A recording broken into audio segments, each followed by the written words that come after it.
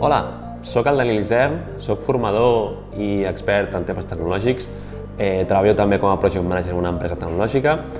i tinc molta experiència a nivell de formació, tant a Barcelona Activa, a diferents cursos per a empreses grans com IKEA, Desigual i altres. I avui vinc a explicar-vos el curs d'Internet de les Coses.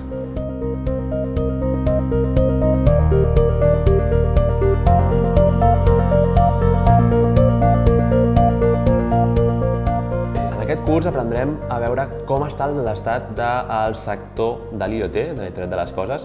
per entendre quins hardwares es poden utilitzar, quins softwares s'utilitzen per IoT, llenguatges de programació,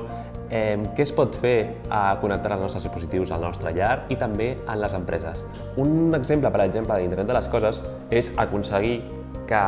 saber en temps real quan consumeix cadascun dels nostres electrodomèstics del nostre llar. Per exemple, podríem saber quan està consumint ara mateix la nostra rentadora, el frigorífic, també saber els dispositius com per exemple televisors, quan està consumint, de tal manera que podem fer una gestió molt més eficient de tots aquests dispositius, tant quan estem a la llar com quan estem fora de la llar, perquè en temps real podem tindre aquestes medicions. Si ho passem això, en canvi a nivell domèstic, si ho passem a empresa, encara és molt més important perquè els consums de les maquinàries i de tota la infraestructura empresarial és enorme i el que permet és saber optimitzar aquests processos, intentar tindre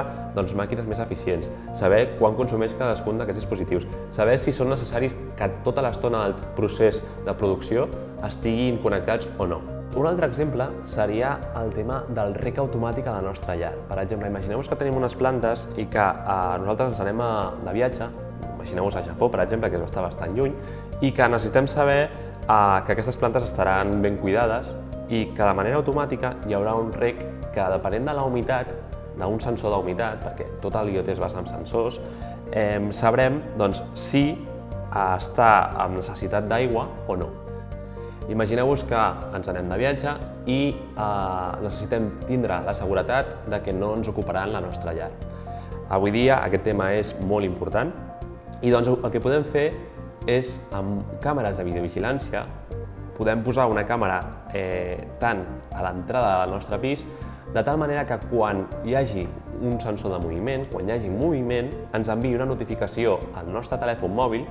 i ens permeti veure en temps real el que està succeint en el nostre pis. De tal manera que puguem gestionar si hi ha un estat d'alarma, podem trucar a la policia perquè vagin i desallotgin a les persones que estan intentant entrar, o si hi ha un furt. Un exemple molt important avui dia en temes de seguretat al nostre llar és, per exemple, les mirilles digitals. Són unes mirilles que es posen a la porta, com les que en teníem anteriorment analògiques, però que permeten que aquesta imatge, amb una càmera de videovigilància, es pugui veure des de qualsevol dispositiu mòbil. De tal manera que, si per exemple agafem i podem veure aquí mirilles digitals, si busquem a Amazon pròpiament, veurem que n'hi ha moltes i que el que permeten és que podrem veure la imatge de la persona que està picant a la nostra porta en el moment que pica algú i, a més, podrem gestionar també l'obertura de la porta amb una maneta digital, de tal manera que podrem donar accés, per exemple, a un familiar, a la nostra mare, a la nostra filla, a qualsevol persona que necessiti en aquell moment entrar i que no porti les claus.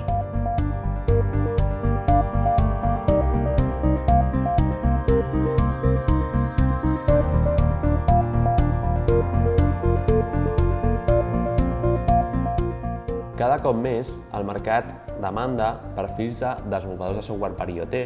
perfils de tècnics electrònics per IoT, de seguretat informàtica també, i de persones amb coneixement de gestió de les dades per arribar a prendre una conclusió i una presa de decisió. Si ens fixem, per exemple, en LinkedIn hi ha més de 500 feines avui dia a nivell d'ofertes de feina per IoT. A més, Internet de les Coses és un sector amb molt creixement, que permet obtenir tot tipus de dades per prendre decisions de manera ràpida i també automatitzar processos. Per tant,